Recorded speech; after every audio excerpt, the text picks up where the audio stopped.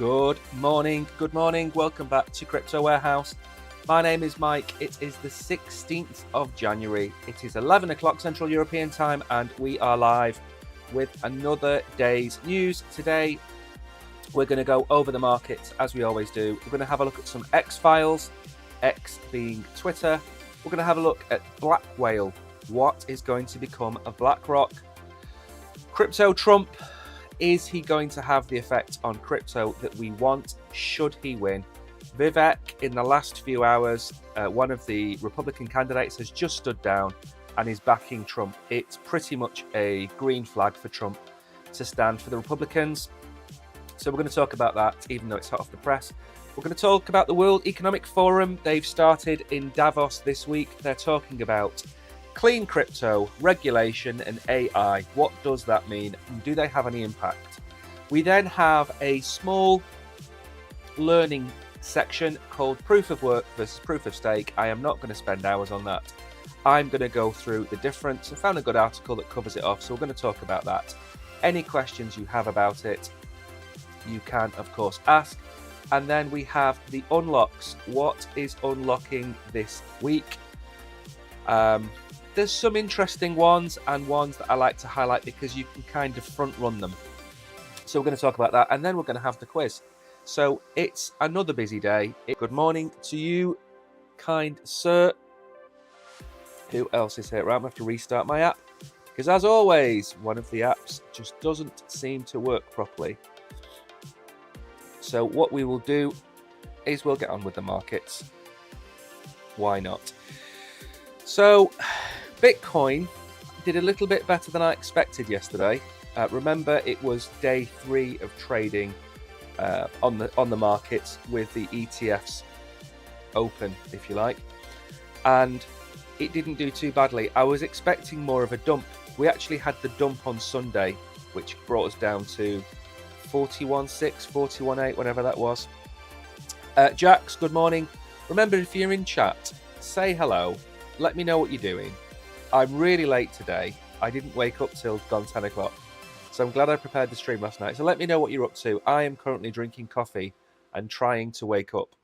So the markets have recovered a tad. The volume is back up as to be expected. We're in a weekday. Bitcoin dominance, however, this number up here, which you can't see. Bitcoin dominance is at 49.8%. Now, that is somewhat of a sea change. There we go. It's on screen now. So that's somewhat of a sea change. We were at 52% not long ago. We're down. Bitcoin is now less than half the market cap of crypto. ETH dominance, as we know, has started to pump because of the news of a potential ETF. If you ask me, it isn't happening anytime soon. It's certainly not going to happen on Gary Gensler's watch, and I think that's pretty much a fact. You're comparing Bitcoin and Ethereum, it's chalk and cheese. I've been over this many times, it's not going to happen. So Bitcoin is coming in just under 43,000, Ethereum is just over 2,500. Not bad. Not bad at all. Blur is up, Clayton is up, Flare is up, Chili's is up. Beam, the Beam giveaway that we had, what was it, last week? Last Wednesday, was it? Or last Saturday? Beam is up. I'm expecting big things from Beam. So if you did win the Beam giveaway, congratulations. I'd hold on to it for a little bit longer.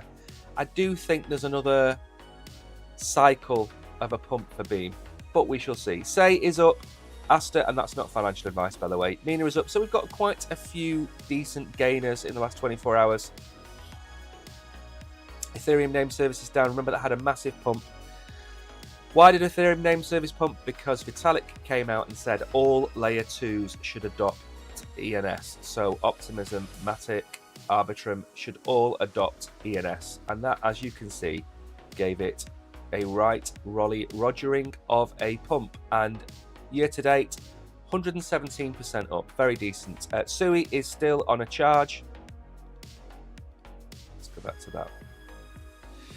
Sui is still on a charge. When we get to it,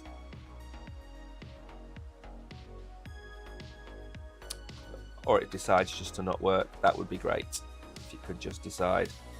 There we go. 1 second. There we go. SUI has had a small retracement. Look at the pump though. Always look at the 24-hour and compare it to the 30-day, or even the 7-day in some cases. What you'll tend to find is some of these coins will be at massive profits, and this is a profit take. It doesn't necessarily mean that the token is heading south. If it's a meme coin, if it's a brand new token, if it's outside the top 30, 40, 50, it could just be a pump and dump. So remember that. Celestia is down a touch, Aptos is down a touch. Not too many losers today. We've not done too badly. I think, as I say, I think the shock of last week is now starting to wear off. We had the news yesterday that Vanguard has gone into mass panic mode. Vanguard stopped the purchasing of Bitcoin ETFs and said it was like gold and they don't trade in gold. Yet clearly you can buy a gold ETF on their platform. So they've gone into a bit of a panic. They're now trying to retrace their steps, but unfortunately they have crossed the Rubicon as far as many people are concerned, and I do not think that they are going to reclaim their clients. This is a one and done for me as far as Vanguard is concerned.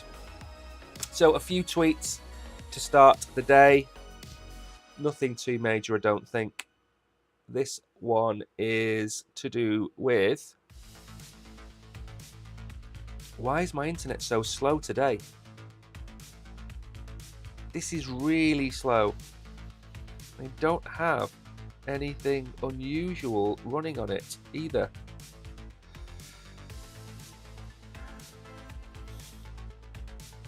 Here we go. So VanEck. Now, for those of you that don't know, VanEck are one of the most pro-crypto ETFs out there.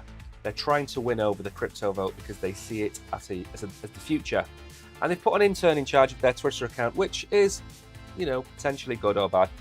The world holds on to old ways until it can't. This is a dig at Vanguard and nothing more. But the VanEck account on Twitter is a good account to follow, and one which does make me laugh because they are just trying to get into the degen crypto mode, and they're doing a very good job of it. They are doing a very good job of it.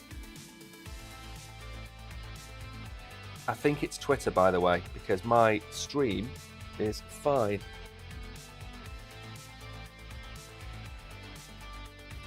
I'm not seeing the stream on these platforms. Just give me 1 second. I think there's something wrong with Twitter. I think we could probably skip over this.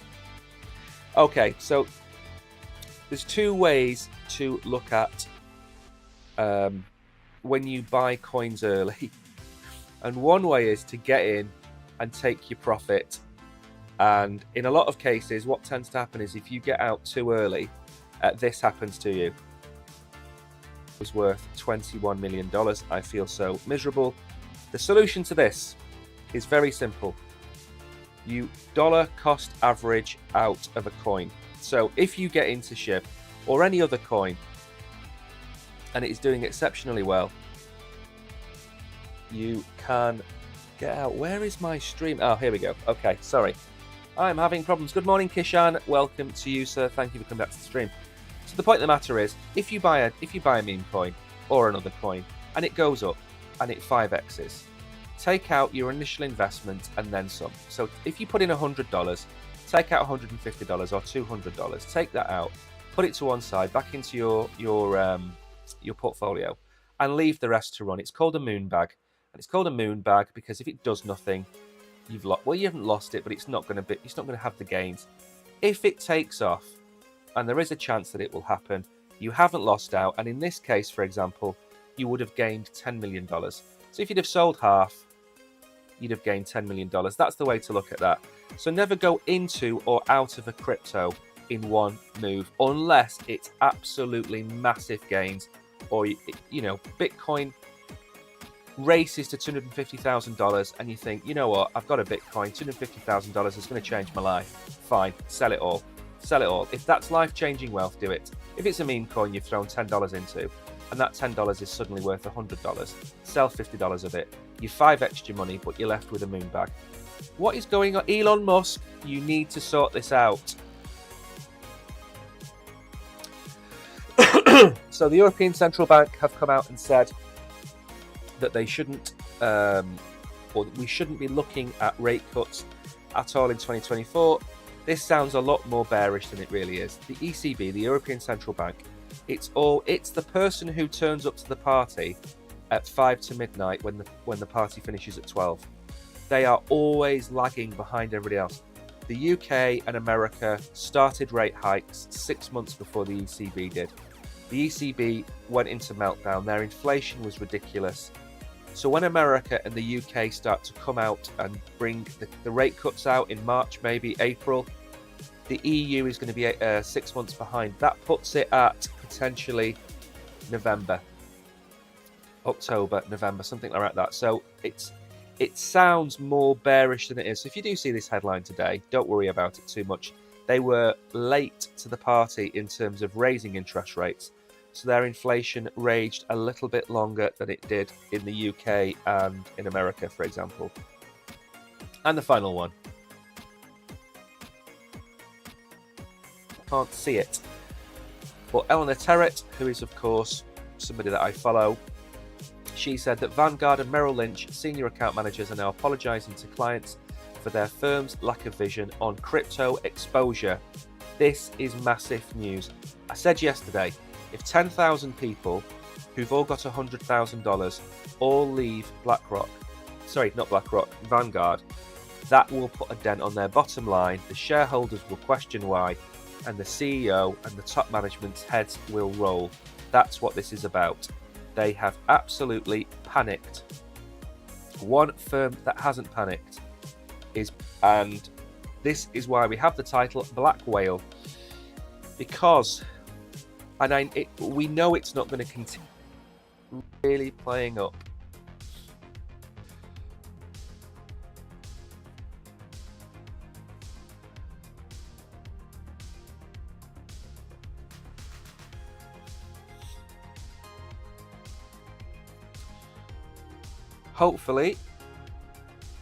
Hopefully we are okay now. We seem to be getting spikes. I'm not going to refresh the page. I'm going through this. So BlackRock on pace to become largest Bitcoin holder in the world with nearly 11,500 Bitcoin. In a Bitcoin-focused offering, the world's largest asset manager has quickly accumulated 500 million of crypto. Now, remember what we said. We were all expecting, or not we, sorry, the crypto Twitter was all expecting $20 billion to come into Bitcoin on day one. And I wanted to temper that a little bit. And I said I was expecting it to maybe be between 2 and 5 billion initially. And then over the course of time, remember, again, we've crossed the path of no return. We are now exposed to traditional finance. Blue chip companies can buy into Bitcoin. So what's going to happen is this is going to be slowly and all at once, just like adoption. We've talked about way back when the internet started. What happened when the internet started? It was nowhere, then it was everywhere all at once. And that's what's going to happen with crypto. It was nowhere. It wasn't on TV. There were no adverts about it. You might have seen it in Times Square if somebody paid for the advertising space, but that was it. It was nowhere. And now all of a sudden, all of the major players are advertising Bitcoin on every channel in America. That's going to take time. It's going to take 3 months, 2 months, 4 months, 6 months. However, it's not going to take that time for us to get towards $50,000, $60,000. That's still on the cards. We've had a massive shock. You know, we've had a heart attack in terms of like the body was shocked last week. The markets need time to recover, get composure. We need to flush out all of the sell, and then we need to bring in the buy, and that's what's going to happen. So BlackRock has already got 11,500 Bitcoin. Remember, if you look at MicroStrategy, they've got 120, 130, 140,000 Bitcoin. So BlackRock is still a long way off, but BlackRock want to be the number one player. And that's where the pump in Ethereum has come from, because BlackRock has said Ethereum is next. Gary Gensler isn't going to allow it to happen. It's a totally different kettle of fish. So that's going to be the next war in crypto, if you like. BlackRock could soon have more Bitcoin than any other single entity on Earth, reflecting on that possibility. Bloomberg ETF analyst Eric Balchunas again said it will happen. A key difference is that public Bitcoin holders like MicroStrategy has 189,000 Bitcoin, hold the crypto as a treasury reserve asset, while BlackRock is using it as an ETF. So BlackRock's got 11,439, it'll be more as of today, worth 500 million. This is going to surge. This is going to absolutely pump. They're going to end up easily by the end of the year with 90 to 100,000 Bitcoin by the end of the year. That's a lot of buy pressure on Bitcoin. That's a lot of buy pressure. Remember, we only have roughly 20 million Bitcoin, 19.5 million Bitcoin, or 19.6 as it is now. BlackRock gets to 200,000 Bitcoin and it will hold 1% of the total supply. Very similar to MicroStrategy. So if BlackRock do things, they do things full frontal, full on attack. And that's what we're going to see. I think over the course of the next few weeks and the next few months, we're going to see so much bullish news because we now have BlackRock on side. That's the key. In the past, we were fighting Jamie Dimon, we were fighting all of traditional finance. We've now got them on side because they know how to make money out of it. So, all good news. I would really like to know. So, this is probably now going to become the case. As I said, only, I think, 4 or 5 hours ago, Vivek stood down as the Republican candidate, which I think it just leaves Trump. Yes, you've got DeSantis. Who is he up against? Joe Biden, sleepy Joe Biden. I don't think Biden has got it in him to face off Trump. I think Trump's going to destroy him.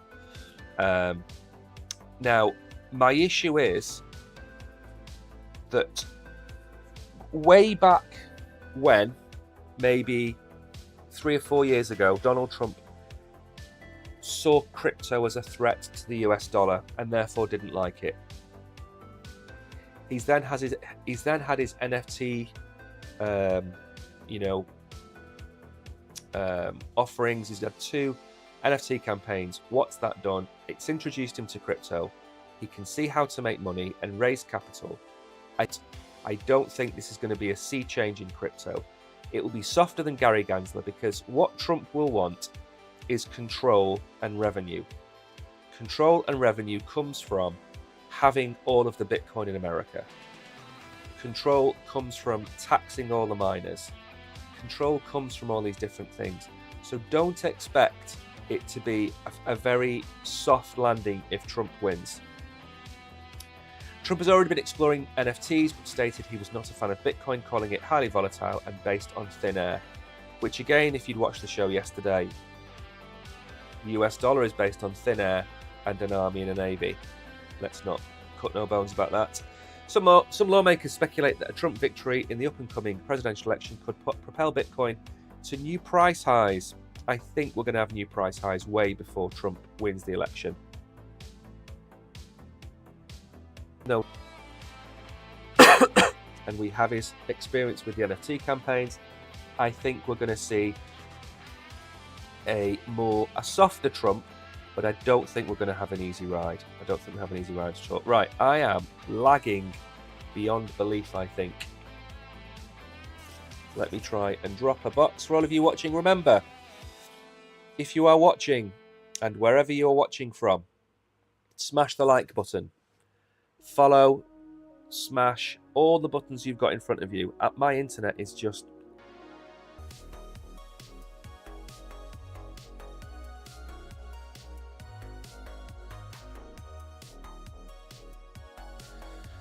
See, it shouldn't be that bad. Shouldn't be that bad.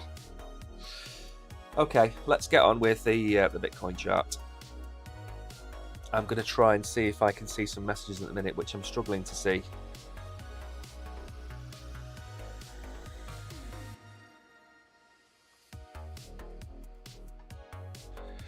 Give me 1 second.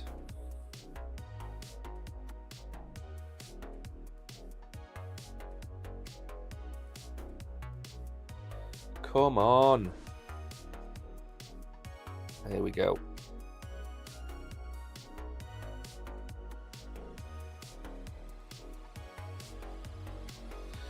Okay, we are kind of still with it. Why is it saying no streaming data? Jax, you're watching from Nepal. Can anybody see the stream?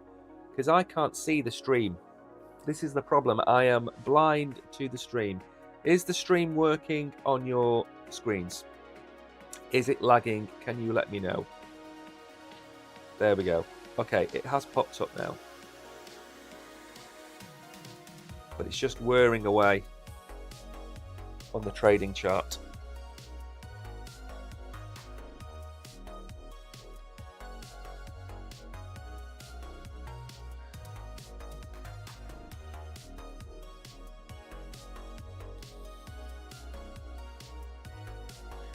Just bear with me.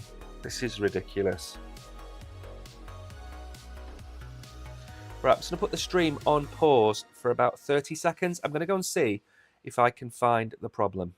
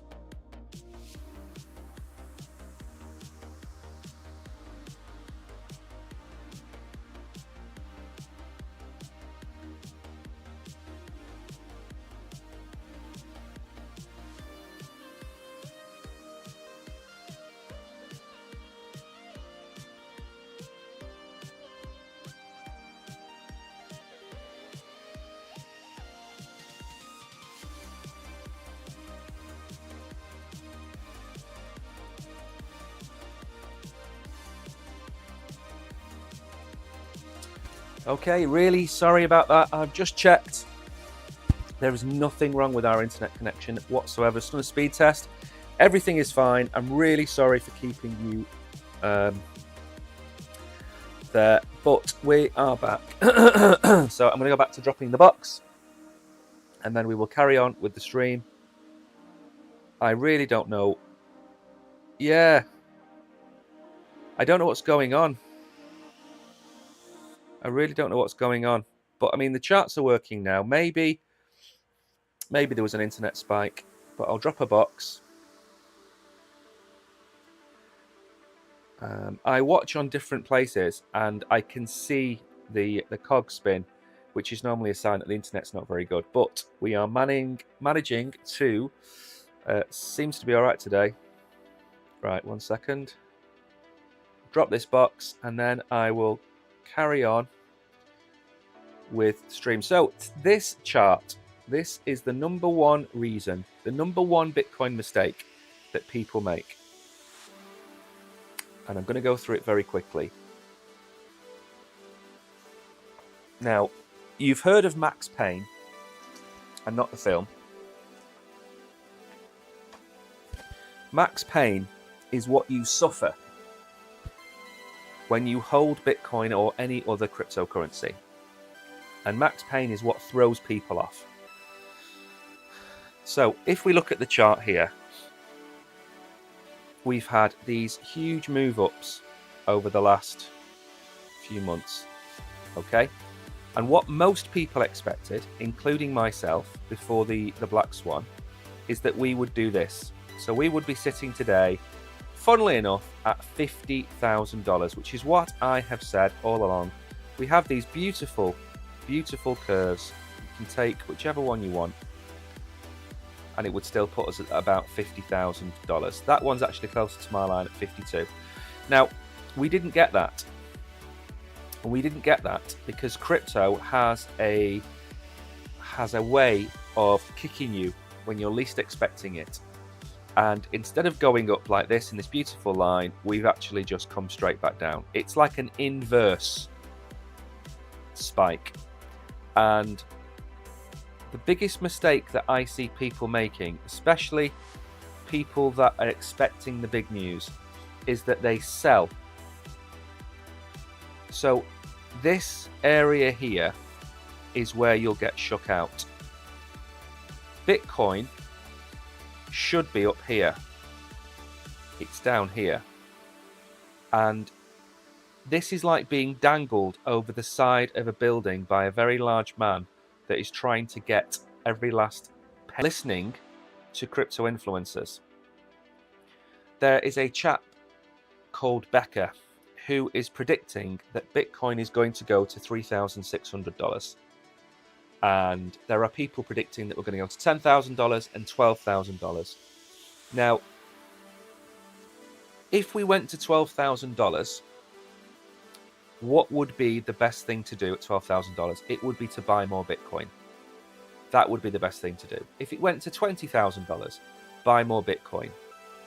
Even if it went to $32,000, buy. We talked yesterday about the bull market support band is sitting at $37,000. At some point, we're going to test it, but it doesn't necessarily mean we're going to test it today. The bull market support band could do this over the next few weeks, and maybe we do this, and we come down and test it at 40,400, and then we bounce up. So the bull market support band is kind of our really heavy support that sits there. And the biggest mistake that people watching are going to make is they've waited all this time for the ETF to happen, and it happened. And like I've just said, we all expected a similar move to this to happen, and we were supposed to be up here, and it never happened because of the Black Swan, and nobody saw it coming because we've held 42,000. And if you look down here, we've got these two lines drawn, which we drew yesterday, and this seems to be our support line, and this seems to be our resistance line. And we're now in this little channel where we could probably do this for a little bit. But don't sell. This is the wrong time to sell. Zoom out a bit. Well, when I say zoom out a bit, zoom out a long way. When the chart decides to work. Oh, yeah. Okay. So it's not showing me anything before January. That's brilliant. Okay. Let's go to the weekly chart. Come on. Work with me. Work with me. here we go. Right. So, very complicated. Let's get rid of all of these things. We don't need them. Redraw them again. Now, we've had a double top.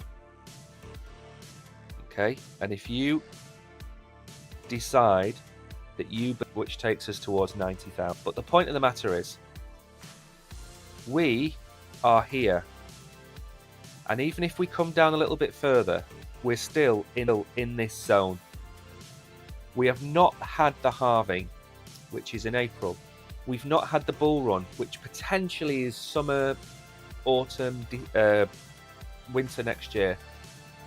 The worst mistake you can make is selling at this point, and everybody wants you to sell now. Everybody wants your Bitcoin. BlackRock, ARK Invest, they all want your Bitcoin. The biggest mistake you can make is not staying true to your conviction.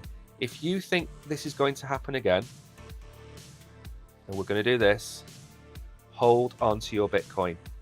That's all I'm going to say on that, and we're going to move on because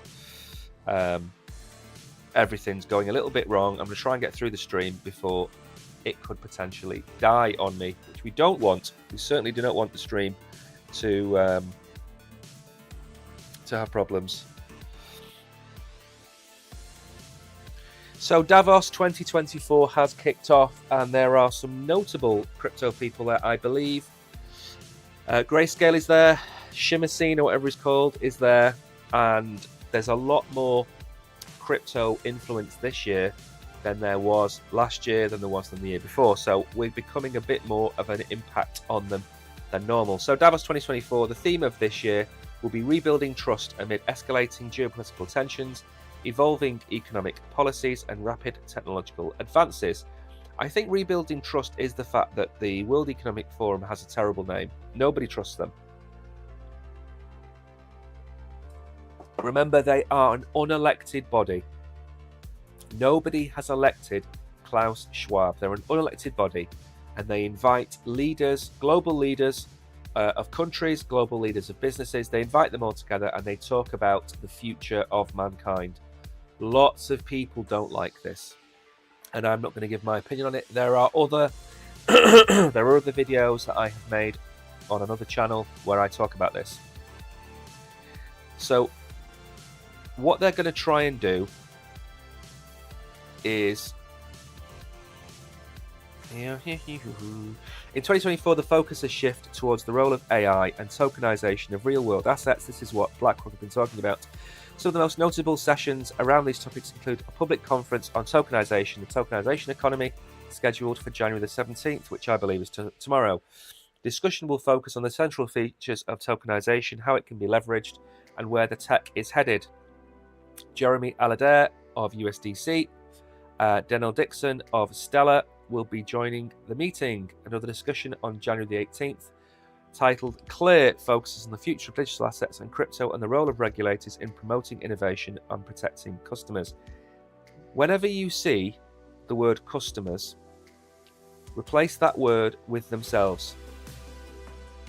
So when you see the European Central Bank say, this is a threat to customers in the European Union, what they mean to say is this is a threat to ourselves in the European Union. What they want to do is they want to regulate something to the point where it can't potentially affect their control. And that's not conspiracy theory, that's just a fact. It's a fact of life. If you run a business, you want control over that business. You don't want people running around under you doing things that you don't want them to do. So it's all about control.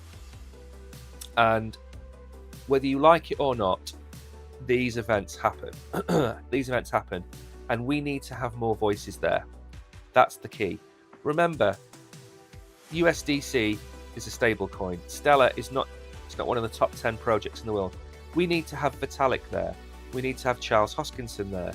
We need to have Anatoly there. We need to have the major people there discussing the role of crypto, not how to control it. They're trying to control it using traditional means. Crypto is not traditional finance. tokenization is an existential threat to all the stock markets around the world.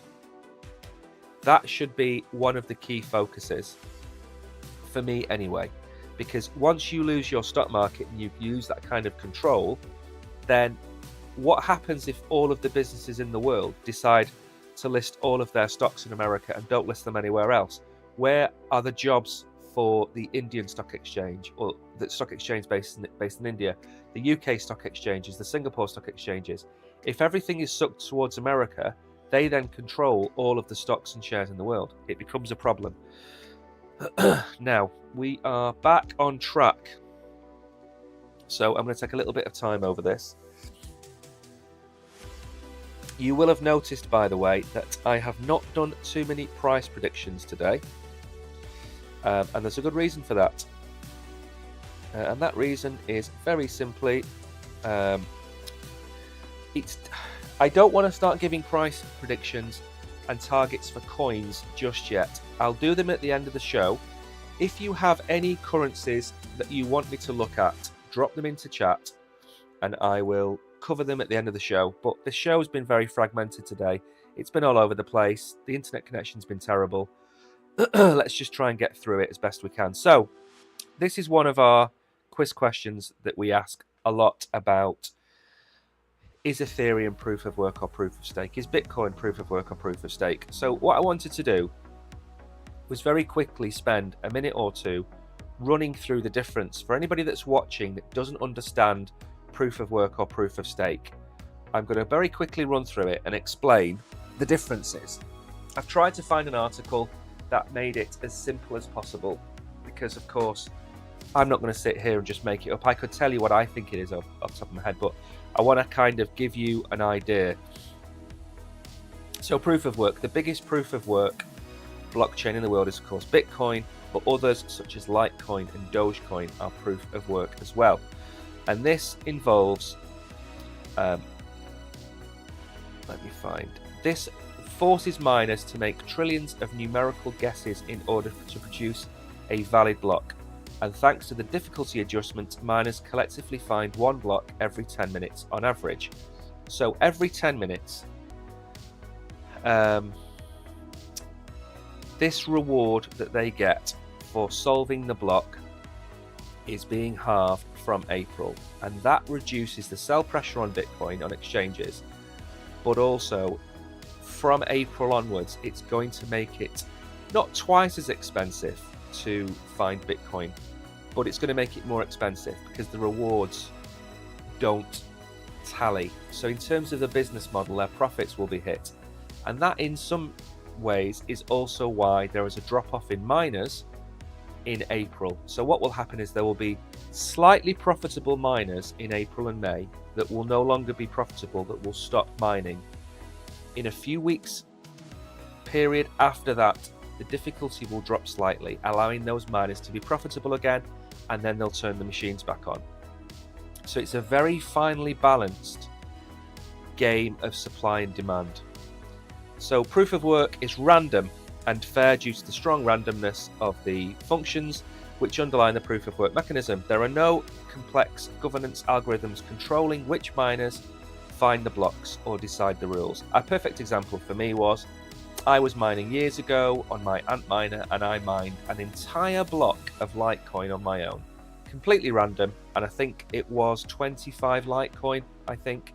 So it's completely random. There are single miners in the history of Bitcoin who have mined a block on their own, but it's rare. And what you tend to find with proof of work is you will find that miners will join pools and they'll combine their power together to create a pool. There's Ant Pool, then there's Nice Hash, and then there's a few others. And then when you win, or one of you wins, your rewards are all distributed amongst all of the miners in that pool based on the percentage of contributions that you have made. So it's a fairer way of earning an income from proof of work. Now, of course, one of the things about this is it's decentralized. Anybody in the world can connect a miner or a laptop to some mining software and start to mine. It's wholly decentralized. Miners are constantly in pursuit of low energy costs because remember, this mining equipment, all of these computers, takes energy. That's why you will find miners in Kazakhstan. That's why you will find miners in certain parts of Russia or Pakistan or India or even parts of America where there is very cheap electricity. That's where they'll go. El Salvador is going to use Geothic is Ethereum. Proof of stake is Solana. Proof of stake is Cardano. These are all proof of stakes. These do not involve miners or computers needing to solve complex algorithms. In the proof of stake model, stakers, every time a new block is needed by the network, an algorithm grants a specific staker the opportunity to publish the next block. The algorithm selects the staker via a lottery, depending on each staker's percentage of the total stake funds. For example, if a single staker controls 30% of all funds staked on a given network, they have a 30% chance of mining the next block. Proof of stake. Biggest advantage of proof of stake over proof of work is the reduction in energy. Bitcoin is very energy intensive. Proof of stake isn't. When Ethereum switched from proof of work to proof of stake, there was a 99.1% energy drop in the amount of energy used by Ethereum.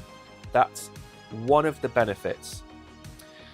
Proof of stake advocates that POS is more economically secure than proof of work. This has been debated back and forth to no conclusion. Since Bitcoin has never been hacked and there are relatively few decentralized POS systems, claims that POS is more secure than proof of work have remained purely theoretical. I do not believe for 1 second that proof of stake is more secure at all. Proof of work, clearly the most secure way of processing transactions.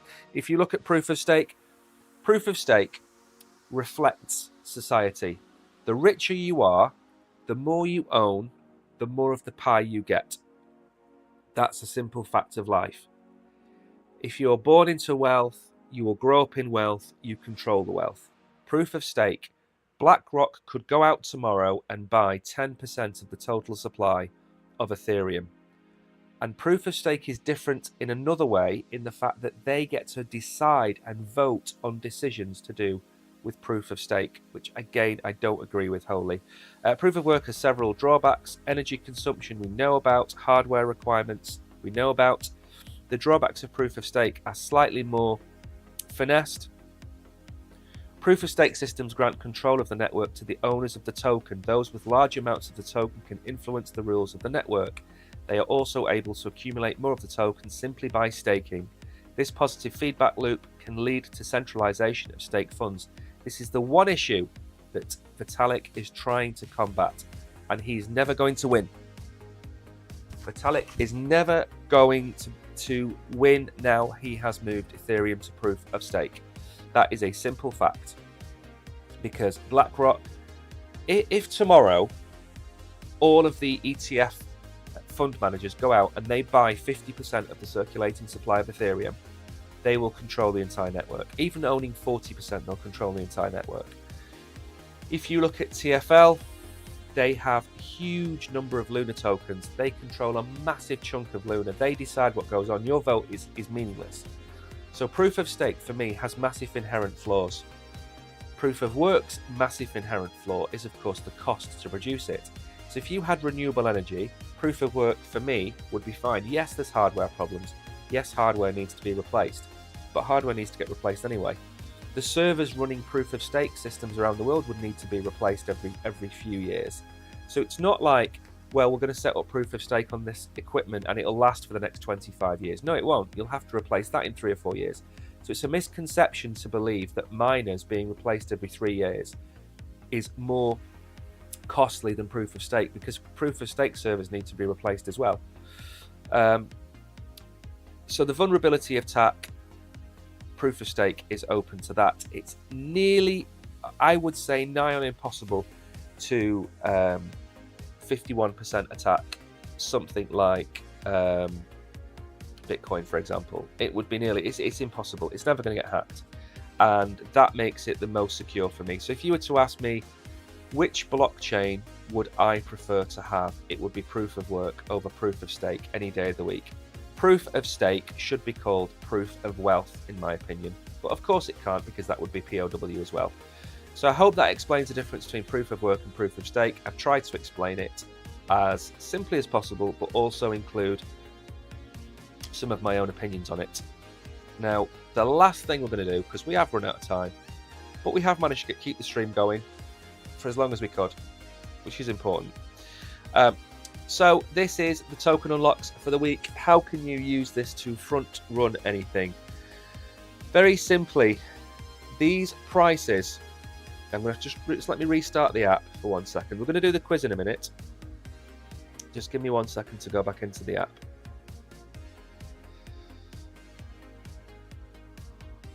Because it's just not working for me today. It's against me. Everything is against me.